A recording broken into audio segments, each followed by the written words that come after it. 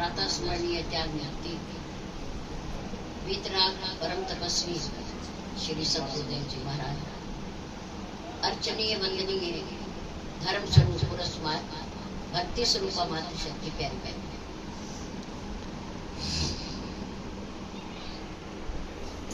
जिस स्थान पर हम बैठे हैं यह स्थान हमारे आदरणीय श्री रमेश जी खुराना का है। उनकी धर्मपत्नी श्रीमती तारा रानी खुराना, उनके सपुत्र हमारे प्रिय श्री राजकुमार जी खुराना और श्री संदीप जी खुराना।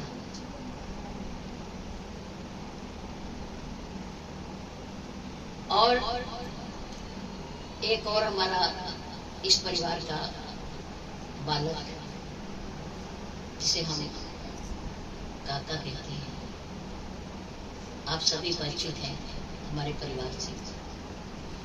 हमारे बड़े भैया श्री राजकुमार जी खुराना, उनके धर्म पत्नी श्रीमती संगीता खुराना अपनी बिटिया कन्या रिविका खुराना का विवाह संस्कार कर रही है। 3 मई को अक्षय तृतीया वाले दिन। उसी उपलक्ष्य में हमारे खुराना परिवार ने अपने निवास स्थान पर पावन ग्रंथ, एक पारिवारिक ग्रंथ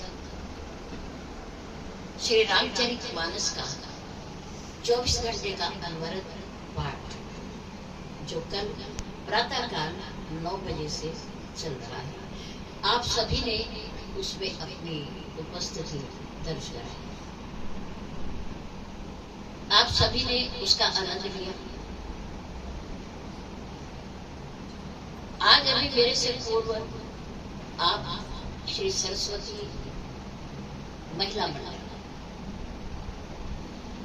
के माध्यम से बड़े सुंदर भजन कीर्तन, बालिका के लिए शिक्षा आदि श्रवण कर रहे थे। जैसा कि अभी हमारी तो बिटिया की समानी है अपनी अरोड़ा कि कन्यादान एक बड़ा पवित्र यज्ञ होता है। इस यज्ञ में माता पिता का कोई स्वार्थ नहीं होता,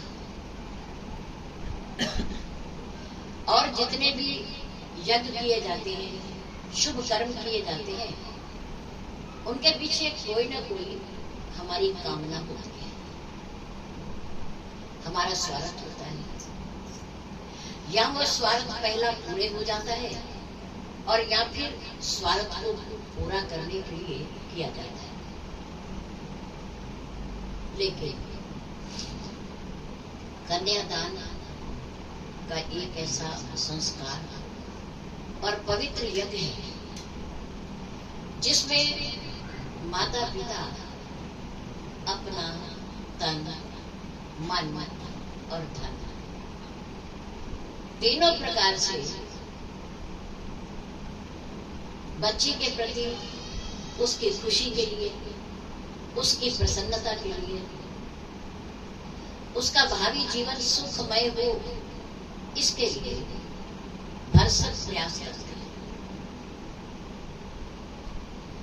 और ये दान एक ऐसा दान है जिसे अमीर भी करता है, गरीब भी करता है, राजा भी करता है और भिखारी भी करता है। और अभी कह रही थी पूनम जी कि ये कन्याएं भी सभी के भाग्य में नहीं होती, ये लक्ष्मी का रूप है, ये देवी होती है। अगर इनका लक्ष्मी के और देवी के रूप में स्वागत किया जाए, और जिस घर में होता है, सम्मान होता है देवियों का, उस घर में सुख वैभव की और लक्ष्मी की कोई कमी नहीं रहती। समय आगे बढ़ गया है, सब पढ़े लिखे हो गए हैं, वैज्ञानिक युग आ गया है और व्यक्ति की बुद्धि और विचार भी आगे बढ़े हैं, लेकिन फिर भी ये वैवाहिक संस्कार,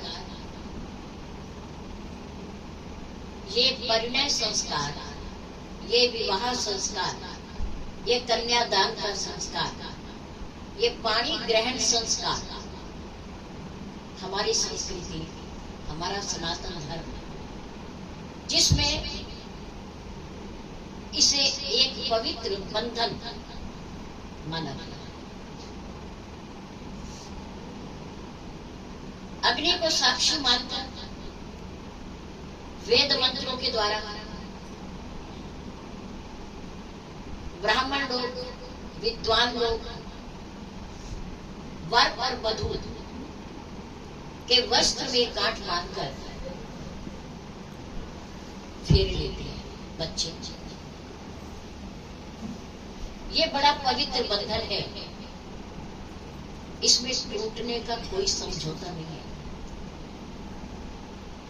इसमें अलग होने का कोई परंपरा नहीं है। क्या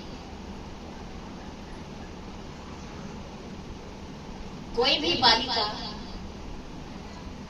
अभी आप सुन रहे थे, कोई पैदा करता है, कोई ले जाता है, कोई पालता पोसता है, पढ़ाता लिखाता है, संस्कार देता है और रौनक किसी दूसरे घर की बढ़ाती है जाकर। अब आज किसी दूसरे घर को जाके करती है। माता पिता की शारीरिक शक्ति, आर्थिक शक्ति और मानसिक शक्ति बच्चे के प्रति खर्च होती है। 25 साल तक बच्ची जिस आंगन में रहती है, जिस परिवार में रहती है, जैसे वातावरण में रहती है, उसकी आदत या स्वभाव एक ही दिन में नहीं बदल जाता। उसे बदलने में थोड़ा समय लगता है और वो समय इन देवियों को देना चाहिए, इनके विचारों को समझना चाहिए, इनके स्वभाव को समझना चाहिए। और ये इन देवियों की हिम्मत है, इन लक्ष्मियों की हिम्मत होती है कि एक घर को छोड़कर दूसरे घर में जाकर के उसे अपना बना लेना।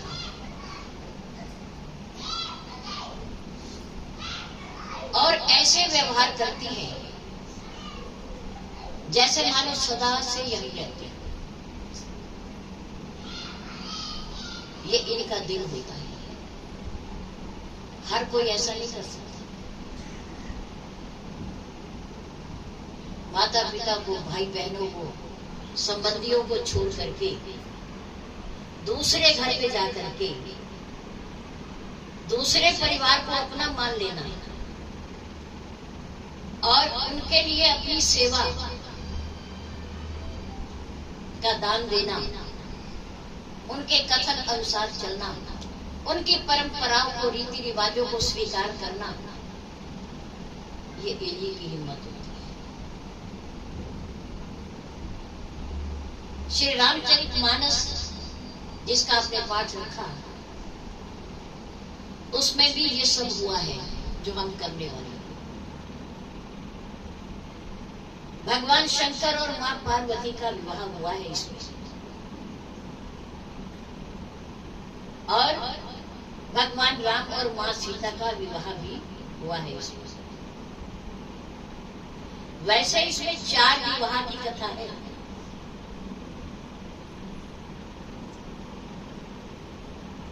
चार विवाह होने वाले थे, करना चाहते थे, लेकिन उन 4 विवाहों में से भावना होने पर भी, इच्छा होने पर भी दो तो सफल हुए और दो असफल हुए। दो सफल हुए भगवान भोलेनाथ जी का माँ पार्वती के साथ। आज भी वो उनके वाम अंग में बैठे हैं। और दूसरा सफल हुआ भगवान श्री राम का, और माँ सीता आज भी भगवान श्री राम जी के वाम अंग में विराजमान। और इन दोनों की जय बोली जाती है। और जय कब बोली जाती है? पहले नाम जय बोलते समय किसका लिया जाता है? धर्म पत्नी का। वर का नाम बाद में है, वधू का नाम पहले है, जबकि आयु बाद में है उस घर में। उमापति महादेव की, सियावर रामचंद्र की जय। इनका नाम पहले बोला, क्योंकि ये देवियां, इनका बड़ा त्याग होता है। वर क्या त्याग करता है? वर को तो अपने घर में रहना है, और वधू बाहर से आती है, त्याग उसका होता है। और इनको हमारा शास्त्र, हमारा धर्म एक बड़े सुंदर संबोधन से संबोधित करता है। विवाह के पश्चात जब देवियां पत्नी बनकर के ससुराल में आती हैं, तो उनको केवल पत्नी नहीं, धर्म पत्नी कहकर के संबोधित किया जाए। आप देखते हैं, पति कमाकर लाता है, उसकी भी बहुत बड़ी परिश्रम मेहनत है, दिन भर घर से बाहर रहता है, और परिवार की और धर्म पत्नी की रक्षा करता है। लेकिन फिर भी पति को ये संबोधन नहीं मिला। कभी किसी तक, आज तक किसी ने धर्म पति नहीं सुना। ये धर्म शब्द किसके साथ लगा? पत्नी के साथ। धर्म पत्नी क्यों कहा गया? और पत्नी अपने पति की अनुगामिनी होती है। अनुगामिनी में ना पीछे चलती है। वन की यात्रा में आपने देखा, आगे कौन थे? वन की यात्रा में आगे आगे कौन थे? राम। आगे राम लखन पुनि पाछे, तापस बेश विराजत काछे, उभे बीच सिए सोहति कैसे, ब्रह्म बीच बीच माया जैसे। आगे आगे राम है, नंबर 3 पर लक्ष्मण जी है, बीच में कौन है? सीता जी, माँ जानकी। शास्त्रकार ने, गोस्वामी तुलसीदास जी ने भगवान राम को ब्रह्म माना, लक्ष्मण जी को जीव माना, और सीता जी को माया, सोहती माया है। कैसी माया है? सोहती, मोहने वाली नहीं है, वो सोहने वाली है। वो ब्रह्म से जीव को मिलाने वाली है। आगे राम लखन पुनि पाछे, तापस बेश विराजत काछे, उभे बीच सिए सोहति कैसे, ब्रह्म जीव बीच माया जैसे। जैसे ब्रह्म और जीव के बीच में माया होती है, ऐसे ही राम और लक्ष्मण जी के बीच में माँ सीता है। यानी कि धर्म पत्नी अपने पति की अनुगामिनी होती है, उसके पीछे चलती है। आजकल कलयुग है, बराबरी का जमाना है। बराबर के पढ़े लिखे, बराबर के कमाने वाले, तो भावना ये रहती है हम इनसे कौन सा कम है? कम है, कम है। क्योंकि महिला को अबला कहा गया। क्या कहा गया? पति अबला नहीं है, अर्धांगिनी है धर्म पत्नी, आधे अंग की मालिक है। पति शक्तिवान है और पत्नी शक्ति है, उसकी शक्ति है। उसके पीछे चलती है कि अगर मेरा पति कहीं धर्म से भटक जाए तो मैं उसे संभाल लूंगी, मैं उसे संभाल लूंगी। इसलिए उसका अनुकरण करती, उसके पीछे चलती है, उसकी अनुगामिनी है। और वास्तव में धर्म ये कहता है कि पति आगे हो तो उसकी पत्नी को थोड़ा पीछे चले, क्योंकि पति परमेश्वर है। अगर पत्नी धर्म पत्नी है तो पति परमेश्वर है। माँ सीता ने ये सब कुछ हमें करके दिखाया। कोई कम धनवान नहीं थी, वो भी एक राजकुमारी थी, एक राजा की पुत्री थी, एक राजा की पुत्र वधू और एक राजकुमार की धर्मपत्नी। लेकिन फिर भी कठिनाई के समय, दुख के समय सीता जी ने अपने पतिदेव का साथ। क्यों? क्योंकि धर्म पत्नी अपने पति की परिछाई होती है। राम जब बन जाने लगे उस समय सीता जी को पता चला कि मेरे पति बन जा रहे हैं, तो सीता जी भाग गए और उन्होंने पति के चरणों में, सासू माँ के चरणों में प्रणाम किया और कहा, मैंने सुना है आप बन जा रहे हैं, हाँ, तो मेरे लिए क्या आज्ञा है?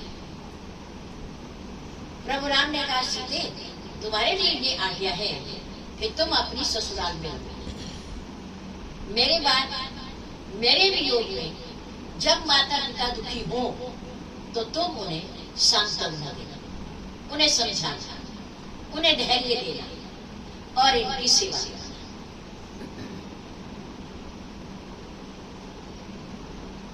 माँ सुनैना ने सीता जी को विदा करते समय, अभी आप सुन रहे थे कि डोली में जब विदा करते हैं बच्ची को, बड़ी प्यार से, दुख होता है कि जो जिगर का टुकड़ा होती है, अपने से अलग करना बड़ा मुश्किल होता है, पर रिवाज है, परंपरा है, फर्ज है, इसे निभाना पड़ता है, भेजना पड़ता है।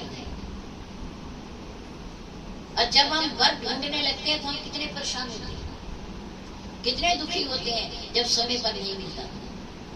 और जब मिल जाता है, विवाह होता है, तो बेटी को विदा करते समय हमारे दिल के अंदर उसके प्रति जो मोह होता है, ममता होती है, वो बड़ा दुख देती है, पीड़ा। अपने दिल के टुकड़े को, जिसको 25-20 साल तक प्यार दिया हो, एकदम अपने से अलग करना मुश्किल तो होता है। माँ सीता ने जो बात डोली में बैठाते समय सीता को कही, मैं हर बार ये कहती हूँ और हर कन्या के विवाह में कहती हूँ कि हर माँ को अपनी बच्ची को ये बात सिखा करके भेजनी चाहिए, ये संस्कार दे करके भेजना चाहिए जो माँ सुनैना ने कहा। क्या कहा? बेटी, सास ससुर गुरु सेवा कर। वो कुछ नहीं मांगता, उन्हें क्या चाहिए? सेवा भाव चाहिए, प्रेम चाहिए, हाँ जी चाहिए, बस। और वो आपसे कुछ नहीं मांगते। सास ससुर गुरु सेवा करी, पति रुख लखी आयसु अनुसर। सास ससुर की और गुरुदेव की तो सेवा करना और अपने पति के मन की इच्छा के मुताबिक जिस समय जो चाहते हो उसके सामने उसे उपस्थित करना, उसे देना, कहना ना पड़े पति को। क्यों? क्योंकि विवाह के बाद भले शरीर दो हो, मन एक हो जाता है। पत्नी अगर सही प्यार करती है पति से, तो वो पति के चेहरे के भाव को पढ़ लेती है। आप सब जो वैवाहिक बैठे हैं, आप सबको पता होगा इस बात का। चेहरे के भावों, मन के भाव चेहरे पर आ जाते हैं। अगर अंदर क्रोध है तो चेहरा लाल हो जाएगा, गुस्सा प्रतीत होगा चेहरे। और अगर प्रेम या प्यार है तो उसके चेहरे पर शालीनता होगा, प्रेम का भाव दिखाई देगा। अगर थका हुआ है, थकावट है, तो भी उसके चेहरे पे दिखाई देगी। तो धर्म पत्नी अपने पति के चेहरे के भावों को पढ़ लेती है, उसे पता चल जाता है। माँ सुनैना ने कहा, तुम भले शरीर दो हो, तुम्हारा मन एक होना चाहिए, विचार एक होने चाहिए, इष्ट देव एक होना चाहिए, धर्म एक होना चाहिए और सद्गुरुदेव भी एक होना चाहिए। एक में ही शांति है, दो में शांति नहीं है, सुख नहीं है, एक ही होना चाहिए। माँ ने कहा, देखो सीते, जहाँ तुम जा रही हो भरा पूरा परिवार है, संपन्न परिवार है, वहां ससुर भी है, सासू भी है। सासू नहीं, सासुएं। कितनी सासुएं थी? 3 सासू। एक सासू नहीं। आजकल आदमी एक सासू से डर जाता है, एक सासू का लालन पालन नहीं हो पाता, 4-4 बेटों से, 4-4 पुत्र वधुओं से। और वहां माँ सुनैना कह रही है, सीते जिस घर में तुम जा रही हो वो 3-3 सासू और तीनों को बराबर समझना है, तीनों की सेवा करनी, तीनों की आज्ञा का पालन करना है। कहने का मौका ना मिले उन्हें शिकायत करने का। और बेटी, जिस घर में तुम जा रही हो ना, वहाँ सद्गुरुदेव भी है। कौन है वहाँ? सद्गुरुदेव, महर्षि वशिष्ठ और महर्षि विश्वामित्र। उनको भी प्रणाम करना है, उनकी भी सेवा करना है। सास ससुर गुरु सेवा करी, पति रुख लखी आयसु अनुसरे, उनकी आज्ञा का पालन करना है। और सीता जी ने जीवन भर अपनी माँ की दी हुई शिक्षा का पालन किया। जब वन से लौट करके आए राजा जनक और सुनैना, अपने जनकपुरी नहीं गए, कहाँ गए? अयोध्या जी। उनको महारानी कौशल्या को, सुमित्रा को, कैकेयी को छोड़ने और अपनी बेटियों को मिलने। सासुएं तो चित्रकूट पर गई, पर मांडवी, श्रुति कीर्ति और उर्मिला ये वन में नहीं गई, ये घर है। तो अपनी बेटियों से मिलने आया और तीनों बेटियों को बुला करके उन्होंने बड़ी सुंदर शिक्षा दी, जो आजकल के संदर्भ में बहुत जरूरी है कि हमारे समाज में अलगाव, बिखराव, भिन्नता पैदा होती है। माँ सुनैना ने तीनों बेटियों को बुला करके कहा, देखो बेटी, तुम्हारी बड़ी बहन सीता अपने पतिव्रत धर्म को निभाती हुई वन में है, अपने पति के साथ, अपने पति के साथ। आज हमारी बेटी रिविका, इसका विवाह संस्कार है, ये 3 तारीख को विदा होने वाली है। इसी को ही नहीं, हमारी जितनी बेटियां बैठी हैं, जितनी पुत्र वधुएं बैठी हैं, ये सबके लिए है, क्योंकि सबके परिवार हैं और परिवारों के लिए सुख शांति रहे, ये शिक्षा बहुत जरूरी है, बहुत जरूरी आज के युग में।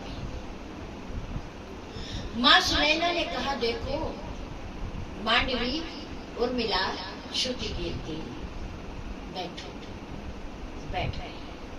आज तुम्हारे परिवार पर संकट के बादल हैं। 2 भाई और सीता, वन में है 3 प्राणी, और तुम अयोध्या में हो, पर तुम भी कोई कम दुख